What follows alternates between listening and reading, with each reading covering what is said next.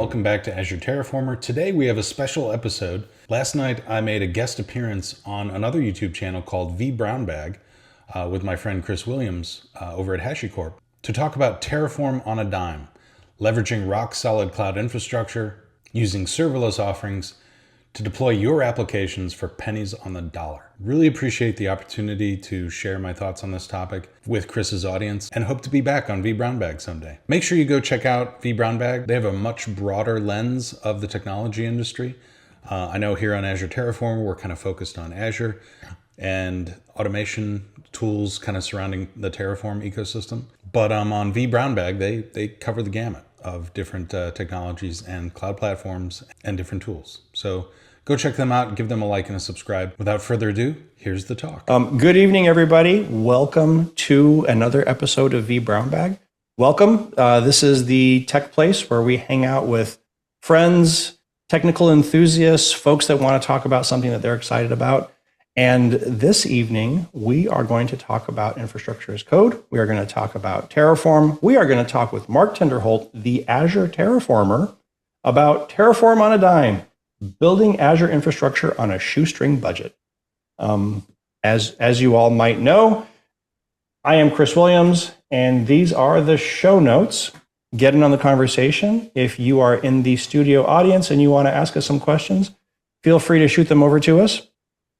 If you are online on the Twitter sphere or LinkedIn or the social platform du jour, whichever one isn't a toxic hellscape, talk to us from there too. Send us a little howdy. We are at vBrownBag literally on all of them. We signed it up for all of them. We try to grab the domain name as quickly as possible.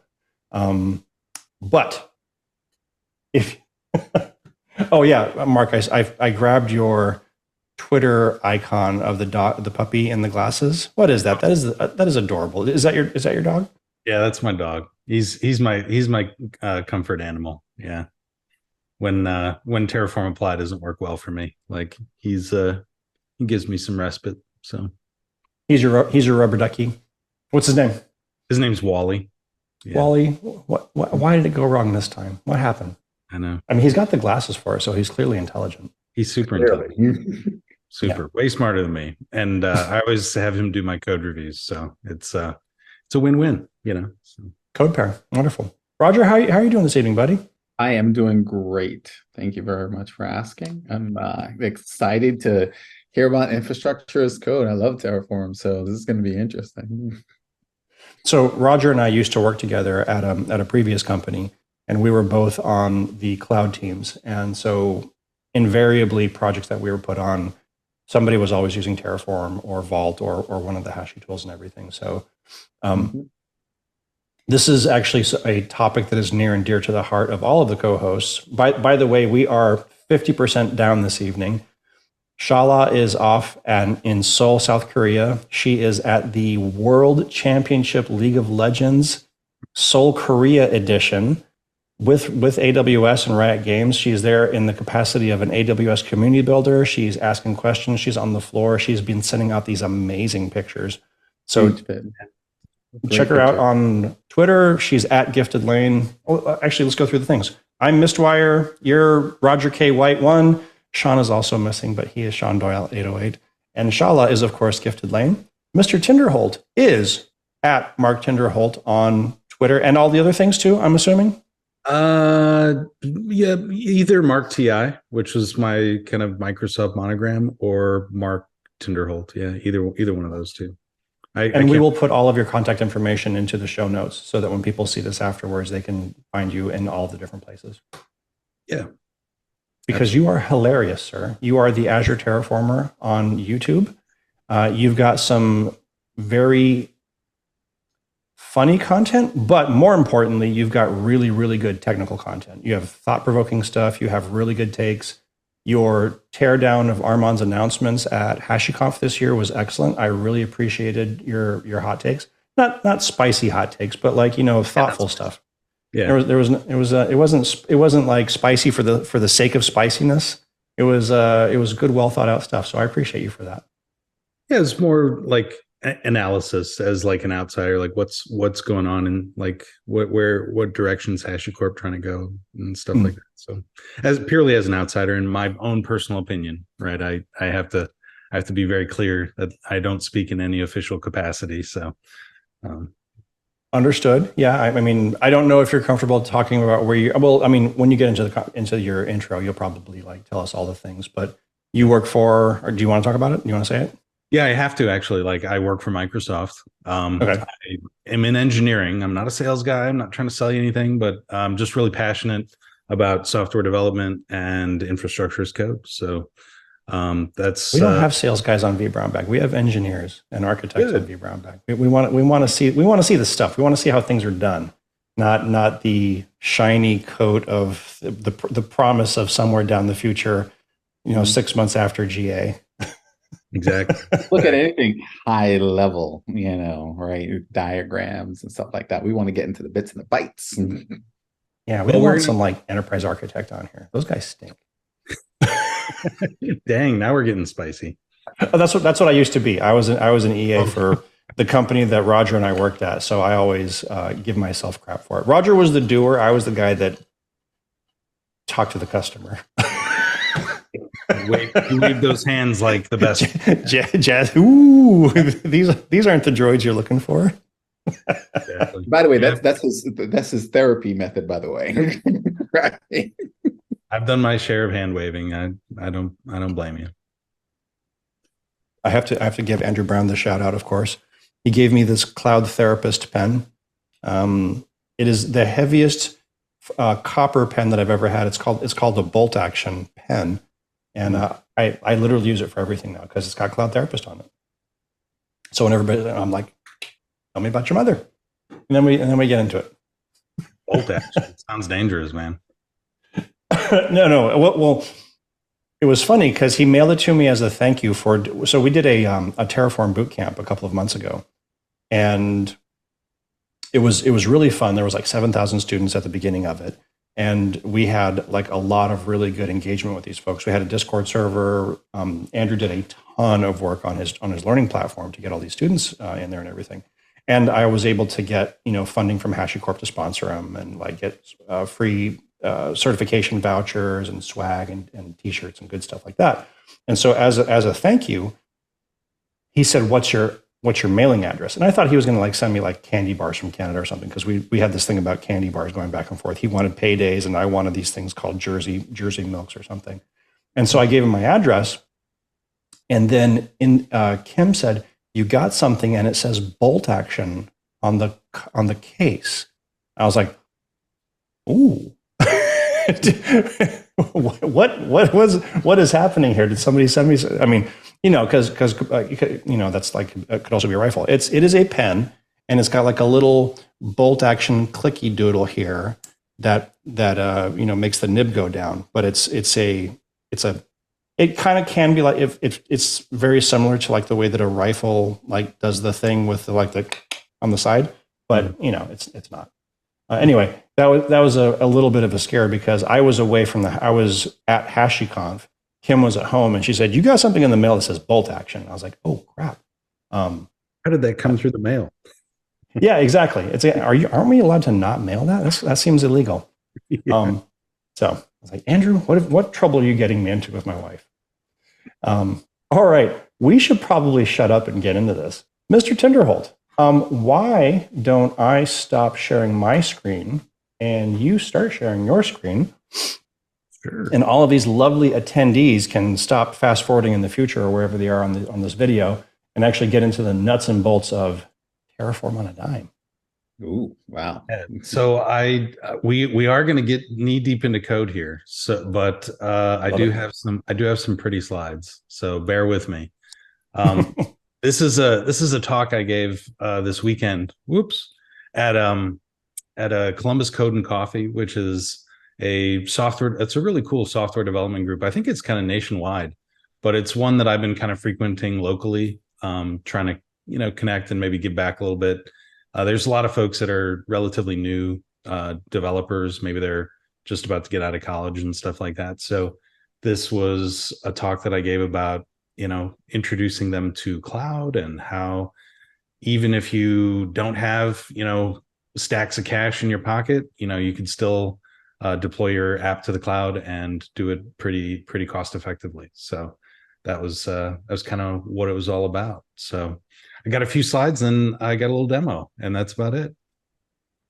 Now, when you say Columbus Code and Coffee is so I just put in the link for it. That's the one in Columbus, Ohio. Is Code and Coffee the name of the larger organization? If like people Google for Code and Coffee in their area, will they find? Okay, cool. Yeah, I think they will. I think the first one was in New York, and it's been kind of popping up all over the place. And I met the guys that lead the one here in Columbus, and just kind of kept coming back. So it was a lot of fun. Very cool. Yeah.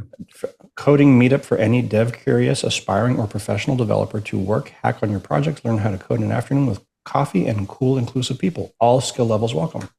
That is something for me to look into. Thank you, Mr. Tinderholt. Yeah, it's pretty funny. Basically, you just like a lot of people go and code. A lot of people end up talking just tech and stuff like that. So it's kind of choose your own adventure for sure. Awesome. Very cool. Yeah. So yeah, this is me, principal architect at Microsoft. I work on the Azure engineering team. And when I should be sleeping, I'm stealing this from the intros at Code and Coffee. When I should be sleeping, I work on my little YouTube channel called Azure Terraformer, where I get up to all sorts of trouble and things like that. So, yeah, that's been my recent passion project. But love my job, love my company, and my favorite cloud, of course, is Blue, Azure.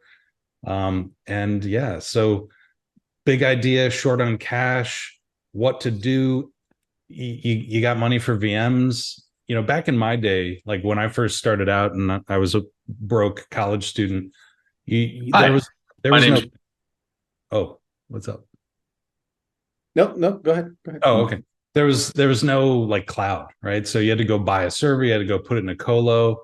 I'm sure you guys remember those days. And for somebody trying to build, maybe I'm assuming too much, but I outrank both of you. I mean, but yeah, it was like, man, you're sunk. Like I think the first server I bought was like a 1U, Dell with a pipsqueak CPU Celeron or something, and it was like $400-500. That was a lot of money to me back then. And then I got to pay a colo $150 to host it. So these days, we live in pretty extraordinary times, where clouds like Azure, AWS, GCP, they have made huge investments and they really have very low barrier to entry in terms of cost. So with serverless tech, you can get in there, you can host your app, and you can build it on top of rock solid cloud infrastructure. So it's pretty exciting, like for folks just starting out, even if you're just doing a startup or something like that, to get your product out there. And it lets you kind of ditch the plumbing and focus on what matters, which is the features of your app. And you pay as you go is like the thing. But, if you're doing a startup or an open source project, it's kind of pay as you grow. So as you deploy your app and people start using it, you're only going to pay when people use it. So it's really perfect for that. And then if you're demoing it, I did this, a few times with my little server at the colo, and, I would get in front of somebody, business person that I was going to sell this to, and, my app would be down and I'd have to like stress out, call the colo, have somebody jiggle a cable and things like that to bring it back online. But with the cloud and these serverless offerings, it's always there as long as you want it to be there. So it's pretty awesome. And then with one of my favorite techs, Terraform, even though it doesn't cost a lot of money, you wave your magic wand, abracadabra, there's my environment, and then poof, there it's not, right? So even though it doesn't cost a lot of money, why pay for it if you're not going to use it? So being able to leverage Terraform to make your environment so and then make it not so is a superpower.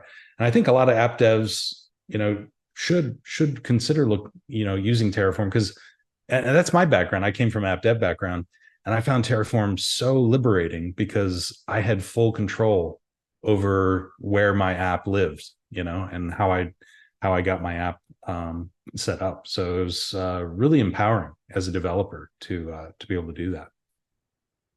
I didn't know you came from app dev. I just assumed that you were like a DevOps background. Oh yeah, no, I fell into this. I was building. I started my days like doing VB6, Com Plus, Oh, that's J2 awesome. J2E a little bit, and then I jumped on like C#.net and did that for many years. Very Um, cool. yeah, way before AWS was like even glimmer in I don't know Andy's eye or something like that. Whoever I think it was Andy, right? Um, Yeah. yeah.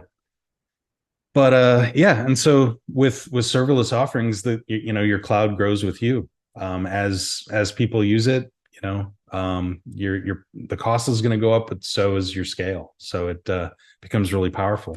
And on Azure, when you think about that, server I had to buy and the colo that I had to pay, Azure storage, I can spin up an Azure subscription, Azure storage account. I don't pay anything until I start putting data on there and then start hitting it with traffic. So with Azure storage, I can host my static website. At this Code and Coffee group, there's a lot of like front end devs that do like React and Angular and stuff like that. So if you're doing like HTML, JavaScript kind of front end, you can host it. You can absolutely host it on a static website, and just have it hit your REST API behind the scenes. And so this is an extremely cheap way to do that. And it uses what I call kind of microtransactions, right? It's not about VMs. Every SKU's got like you pay by the hour, but if realistically, if you want to host traffic, you're going to be hosting that 24 hours a day. You might scale up, scale down, but there's still some sunk cost. With this, there's really no sunk cost. It's just per gigabyte, and then how many reads and writes you do to it.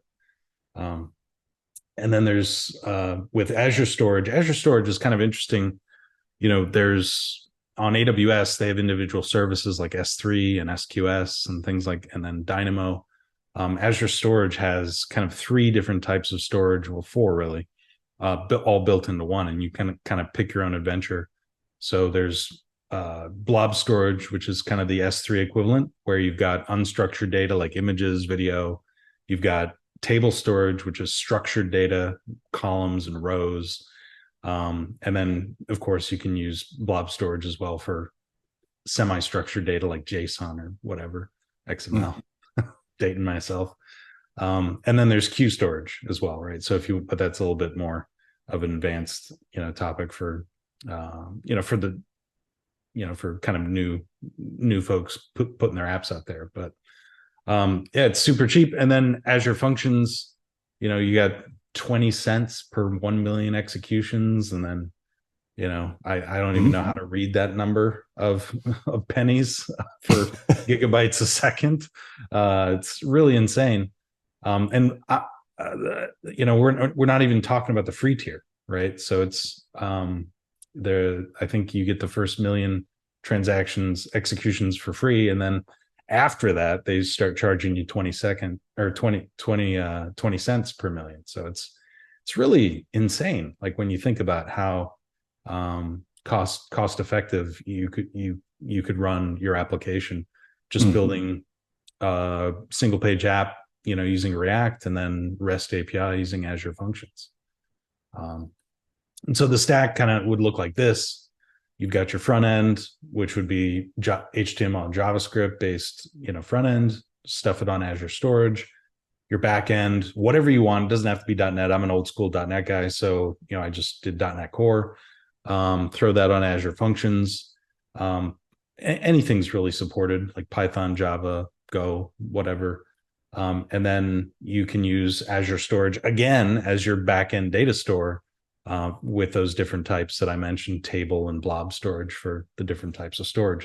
And you're literally hosting a fully functional front end, back end with a database for pennies. Like it's absolutely insane. So you start at $0 and go up from there. So really, really powerful stuff.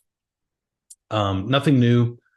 from for those that are super aware of like cloud, but for people that are new, software devs that have an idea that they want to get it out there, this could be really empowering for them. So that was kind of the idea. And then my favorite thing, is Terraform, and that of course is free. And then you can throw on some pipelines to automate this process using GitHub Actions. And that's like an insanely low amount of money as well. And I think I don't know what the free tier is on this one. I thought it was like 1,000 minutes or something. And then they start charging you. I could be wrong there, but anyways, there's so much capability at your fingertips, and you don't have to spend a lot of money. So I think that's kind of the bottom line. So the GitHub action, in my demo here, I got some GitHub actions, and I'll walk through the steps. But basically, we're going to build the code, the .NET Core app that compiles into HTML and JavaScript, and the REST API. We provision it. We provision our infrastructure. Okay, we're not spinning up VMs or anything like that, but we have to create some logical containers out in Azure to host, the function and the storage, and then we're going to deploy using some simple command lines. So for somebody new starting out, that maybe they're full stack, but they don't know all the infrastructure stuff, and they don't know Kubernetes, and they don't know all those things, and they don't have stacks of cash to buy a bunch of VMs. They could learn a few command line utilities and get up and running pretty rapidly and at extremely low cost.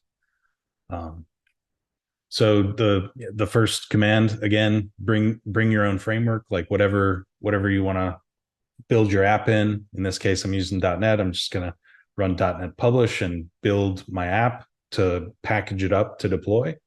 And then Terraform, I'm going to run Terraform init, Terraform apply to push out the infrastructure as code to make that so. And then last, I use, again, this is tied to the service that I'm deploying to, my Azure function. I use the Azure CLI command to just provision that deployment package to the target resource that Terraform deployed. So GitHub Actions kind of stitches all these steps together, but I'll walk through how to do this hands-on. So that's kind of the end of my slides. Any questions on that? I mean, this should be kind of old stuff, old hands for you guys, but I'm excited to see how the sausage is made. Is that an appropriate statement for this one? Yeah. Well, let's get into it. Yeah. No questions from the audience yet. We've been furiously posting the links to the thing like GitHub Actions, billing and prices and everything like that for anybody that needs to know. And we will be putting all of these in the show notes as well. Yeah. So here is the source code repo, and I have this out on my GitHub, which is my GitHub is Mark TI. So it's a little different than my Twitter handle. But excuse me. So I've got my project structured, and this is kind of a project structure that I use when doing some app dev, right? I personally like having the infra, right? In this case, I'm just provisioning some Terraform that creates my Azure function and my blob storage account in a folder called Terraform, and then I got my application code in its own folder where I might have different services if I'm going to do microservices, or in this case, I just have a simple front end and back end, which has different .NET code in there. And then GitHub has this magic folder called .github workflows, where I have my YAML files in here that do Terraform, the usual suspects: Terraform plan, apply, destroy. And then I have two pipelines or workflows that provision my front end and then provision my back end. And so what I like to do with GitHub, I like to keep everything in Bash so that it's very portable and there's no abstraction layers on top of what you're doing. So you can really see exactly what's happening. So there's no magic here. You can see I'm literally just running bash .NET build, .NET publish, and then I'm stitching it together with my Terraform command, which runs the auto approve. So I'm assuming the environment's there. I get the front end storage account, which is what I need to publish my static website. And then I am going to do an Azure Storage Blob batch upload.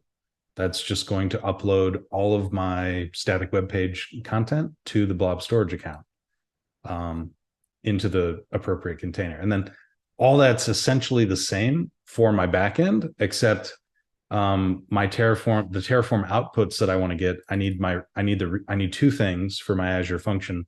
I need the resource group name, and then I need the function name that I'm going to deploy my code package to. And you can see here, I got my deploy step where it depends on the build, which is packaging my .NET code. And then the Terraform step that is provisioning or really grabbing the outputs that this step needs.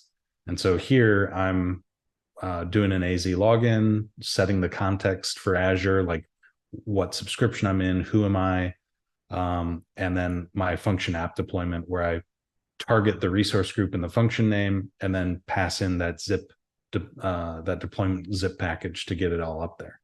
So that's if you want to just have GitHub Actions do it all for yourself, you can also run it locally.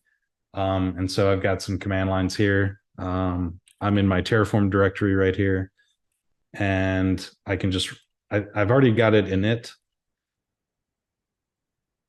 And I'm in a workspace.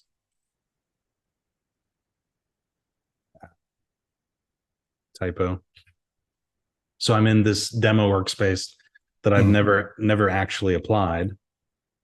So I'll run. So I can do this interactively, or I could let GitHub do this for me, right?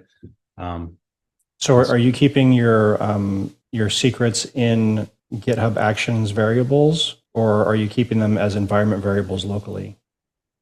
So I'm logged in interactively using AZ login. So okay. When you use the Azure RM provider with Terraform, you can just use, like, all you have to do is run AZ login, kind of like this, except I don't use the service principal. AZ login will open up a web browser on your computer. Then you log in with whatever Azure AD account that you want to use. Gotcha. And, you're good to go. So it's a pretty convenient way of working locally and not having to deal with like secrets and stuff like that. But in GitHub, you can see here that I am referencing some GitHub environment variables and secrets, and I did pre-stage those out in my GitHub Actions in my GitHub repo configuration, so that my pipeline can authenticate as a machine user, because obviously your pipeline can't log in as you using your password. Right. But locally I can do that. So I just ran apply, and we're going to provision this stuff. And this stuff's all going to get pushed out here to the Azure portal. So I've got a couple of resource groups. So I'm not doing a cooking show. I'm going to try and like have everything, baked, as we do it, like the sausage is being made. But I do have, a couple the pre-baked cakes just in case. Right.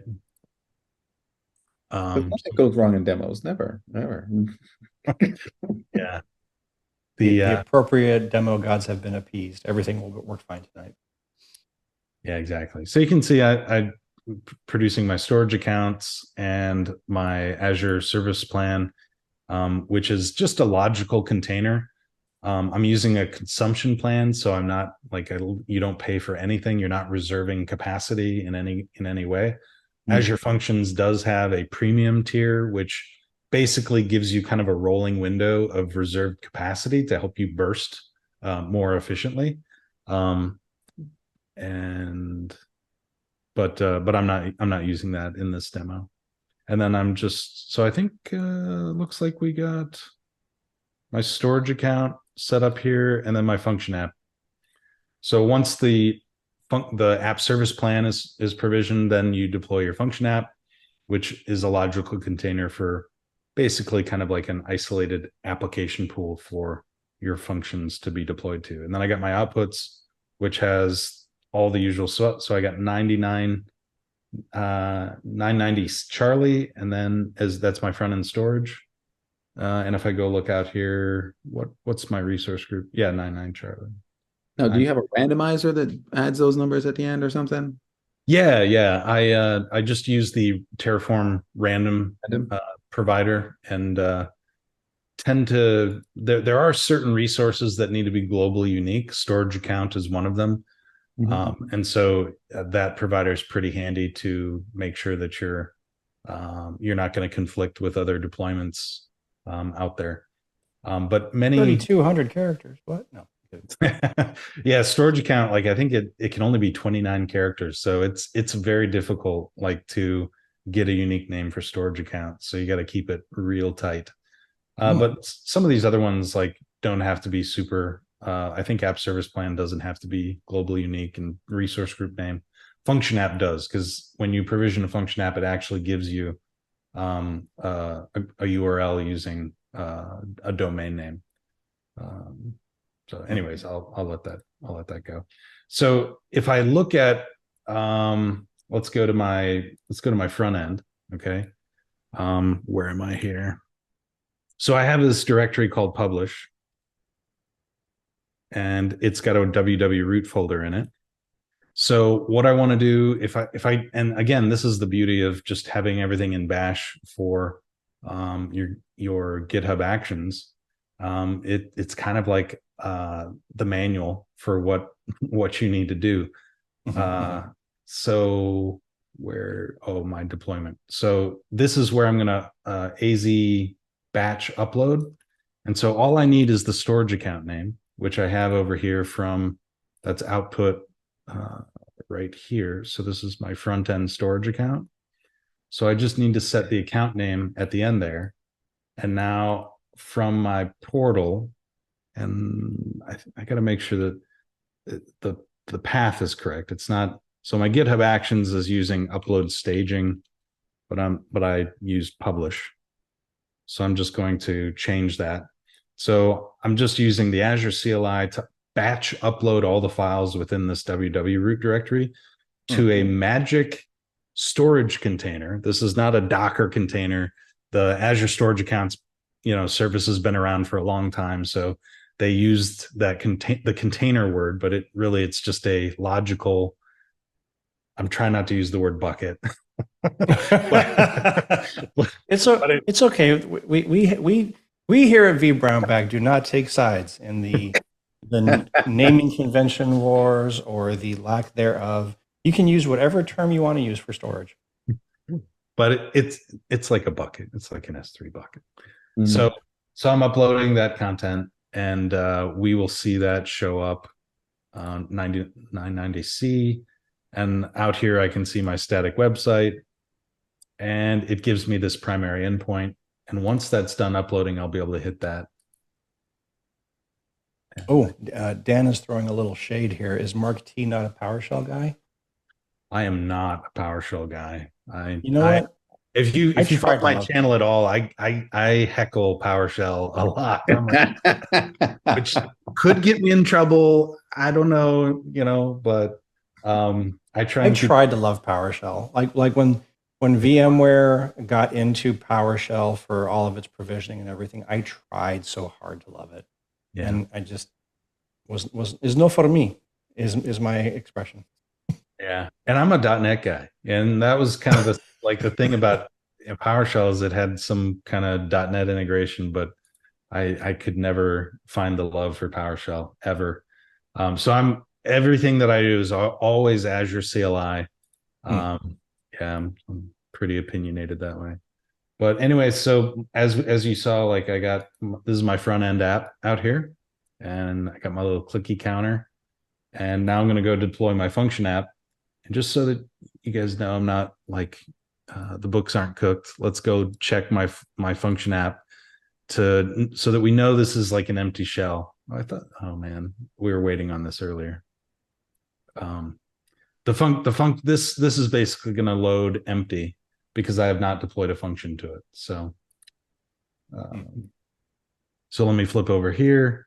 Now this, I just need to change the resource group to what Terraform output. So this is my resource group name. And there we go. And then I need my function name. And this is going to point this deployment to the right location. And I'm a big Azure dummy. So resource group is a construct of Azure. What does that mean? Yeah, a resource group is again like a logical container of of things that you deploy together that share a life cycle. So unlike on other cloud consoles where you have to like go to like 80 different pages, to see all the things that you deploy. With Azure, you everything gets deployed within the context of a resource group, and you can open that resource group, which is kind of what I'm looking at here. So you can wrap it around an app. So your network storage function, everything can be whatever you use for the application is inside that. That's a really good idea. That's actually pretty good. It's very good. It's beautiful. It's beautiful. Now you can do things like that on AWS. There is actually a resource in AWS that whenever I'm terraforming AWS, which doesn't happen a lot these days, I always use this resource because I cannot stand the AWS console because I'm always like my arms get tired, like trying to navigate to all the different, pages that I have to go see my resources in. So I always provision a resource group in AWS because you can do this, but it's not like a canonical thing. Like it's based on tags. So you have to tag things a certain way, and then they'll show up in this resource group that you link with the tag. So but in Azure, the resource group is like legit, like structure. It's baked in instead of relying on somebody who never tags their crap to begin with to actually start tagging their stuff. Don't say that, Chris. Dude, I can go off on a 13-hour rant about all the customers that I've had that I would wave the giant flag, tag all of your stuff, do all the things. Even when we were doing the migrations where they were actually saving money with never mind. I'm sorry. I clearly have flashbacks. Put the card number in. What are you doing? Yeah, I don't tag. Oh no, what did I do? What? There we go. Real time. All right. I'm in the wrong terminal. You guys must not be paying attention because I love when things break. Nobody pointed that out. Mark, you're in the wrong terminal. Come on, man.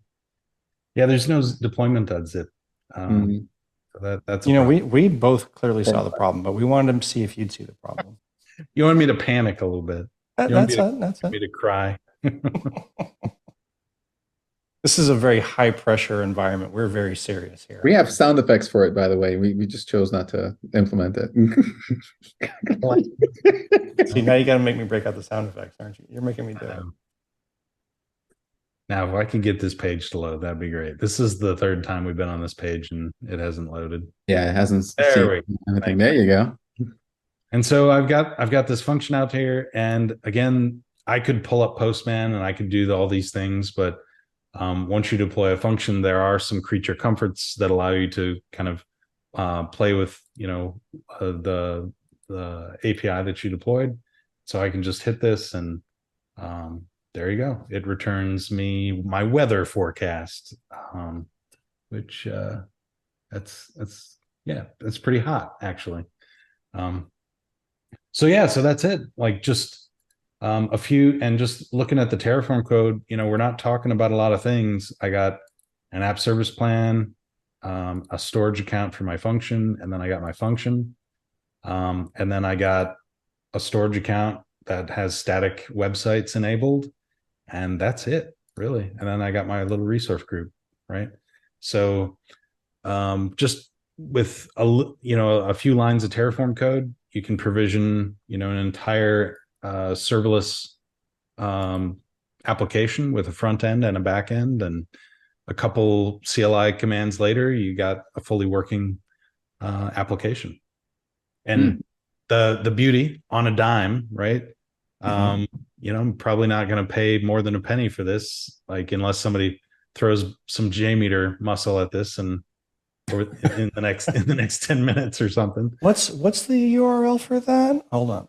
Yeah, I'll put it in chat. I'll put it in chat.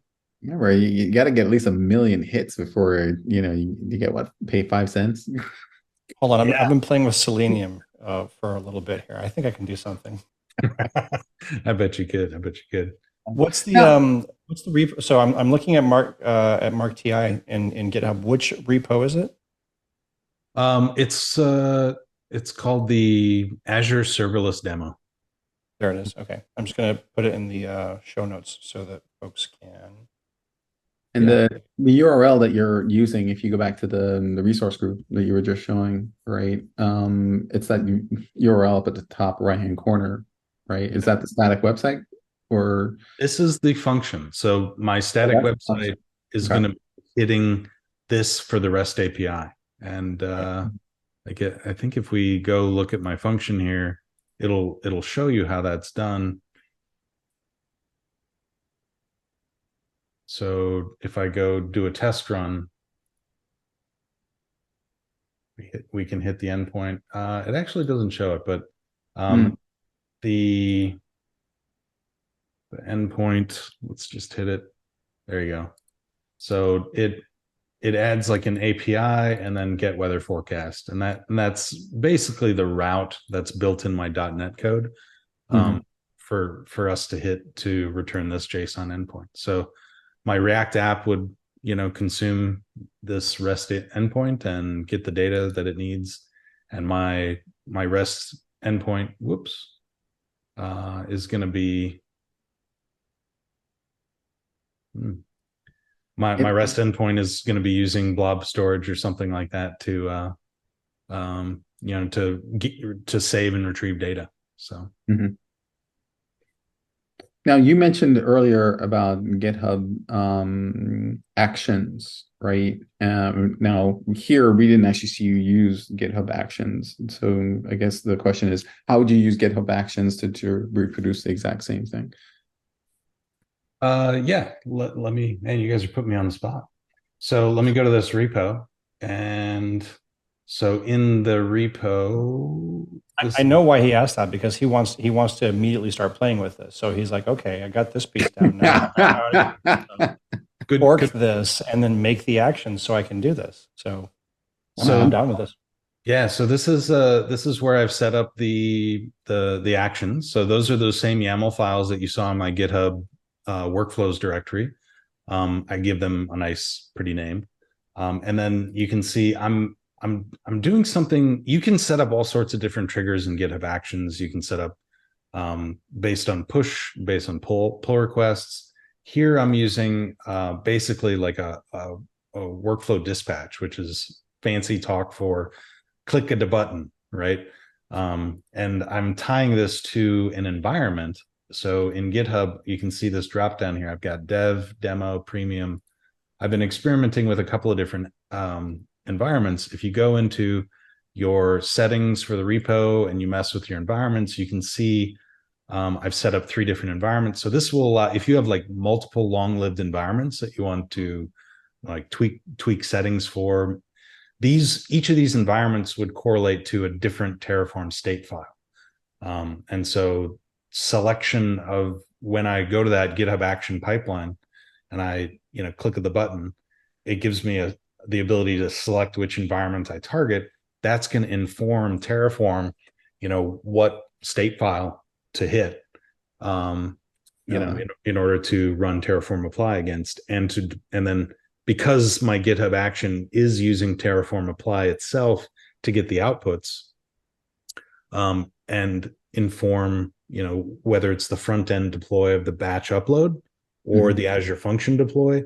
Um, the GitHub Actions pipeline knows exactly where to provision, the bits, based on what Terraform does. So Good, good, good, good. yeah, Right. and then you Awesome. get this nice experience of, I can run I can run my plan. Now, this wouldn't be exactly how I'd set up like Git flow, like if I was working on a team with pull requests and things like that.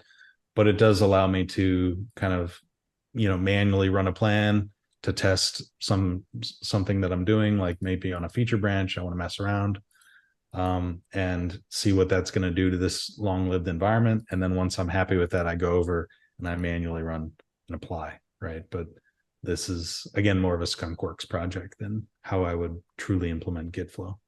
Okay. But thanks for showing that. Yeah. Where is it that you're keeping your state file? So the state file. Oh, here it is, backend Azure RM. Okay. Yeah, sorry. yeah.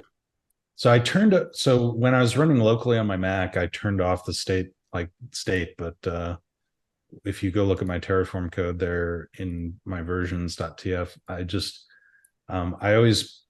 never put the backend in my Terraform code because I feel like it makes the Terraform root module like less reusable. Yeah. So I always pipe in, of course, the credentials. you should Right. never put credentials in there, but I always pipe in my state. I see a lot of people like put, the backend state in their source code, and it just makes me cringe. So I don't like doing that. So I always pipe it in, and it always shows up as settings within my configuration for the environment. So if you go look at these environments, I've got the Terraform path so that I can, point Terraform to the right directory, because sometimes I might have different variations of the infrastructure that I want to provision. Right. And then I've got the usual suspects from an Azure credential standpoint, minus the secrets. And then I've got backend config here that my GitHub Actions pipeline uses to kind of point things in the right direction. And then I personally follow the convention where I have an application name and an environment name to kind of construct a unique backend key within the Terraform backend. So it's just a convention that I followed, and I've followed for many years, but there's probably many ways to skin that cat. There is. I think I find it very interesting for as many companies that I've been in, and for as many different like DevOps teams that I talk to. There's always like and this was something that I didn't see before I like got into working for the company. That there's the company that I work for, HashiCorp, they don't take a stance on what you should do with it. So there's no like highly opinionated driver for like, this is like for companies that have dev prod UAT, all that stuff. Where do you keep all the things? How do you drive it? How should you divide your state files up? Do you keep like your networking separate from your applications? Yes, you should. But there's no like 10 commandments for it. It's I like watching everybody's setup so that I can get new ideas for how to do my own thing. Yeah, and it's very contextualized, right? Because like Totally. you might set it up differently depending on the problem space that you're working in. Like I set up demos like a lot differently than I would Production environment. Yeah, production environment for sure. Yeah. Right. Cool. Let's see if any of the folks. I'm sorry. Go ahead. Yeah, that was it. That was the end of my my demo presentation. So super awesome. All right, so folks, if you want to take a look at the code, I put the notes in the chat channel. If you're watching this in the future, I will put them in the show notes as well, so they'll be down and underneath the links for how to get in contact with Mark and all that good stuff. Even put up a QR code. Look at, you're so pro. Look at you.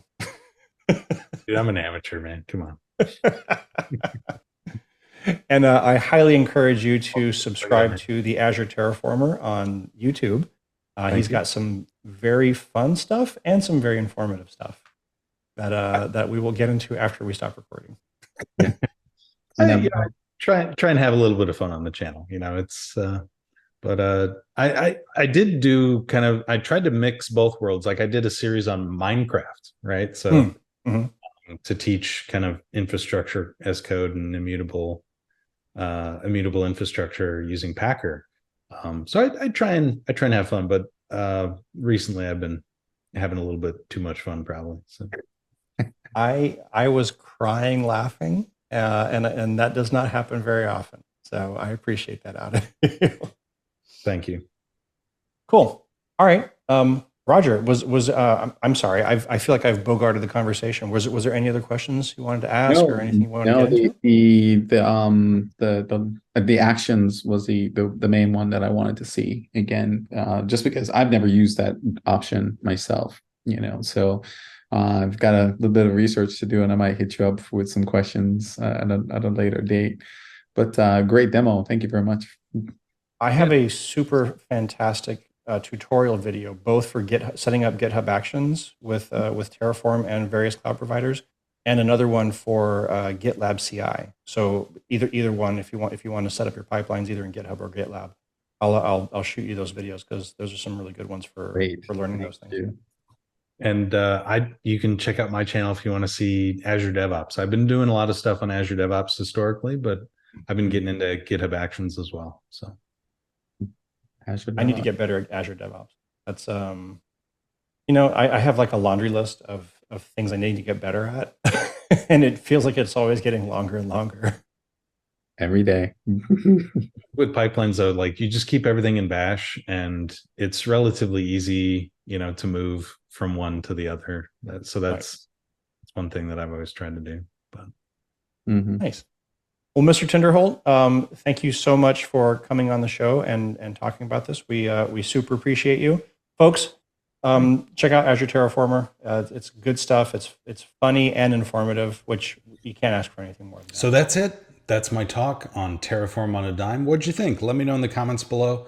Thanks again to Chris over at vBrownBag for having me on, and it was a great time and a really positive experience. So appreciate the opportunity and hope to be on there again sometime soon. That's it for me. This is the Azure Terraformer signing off.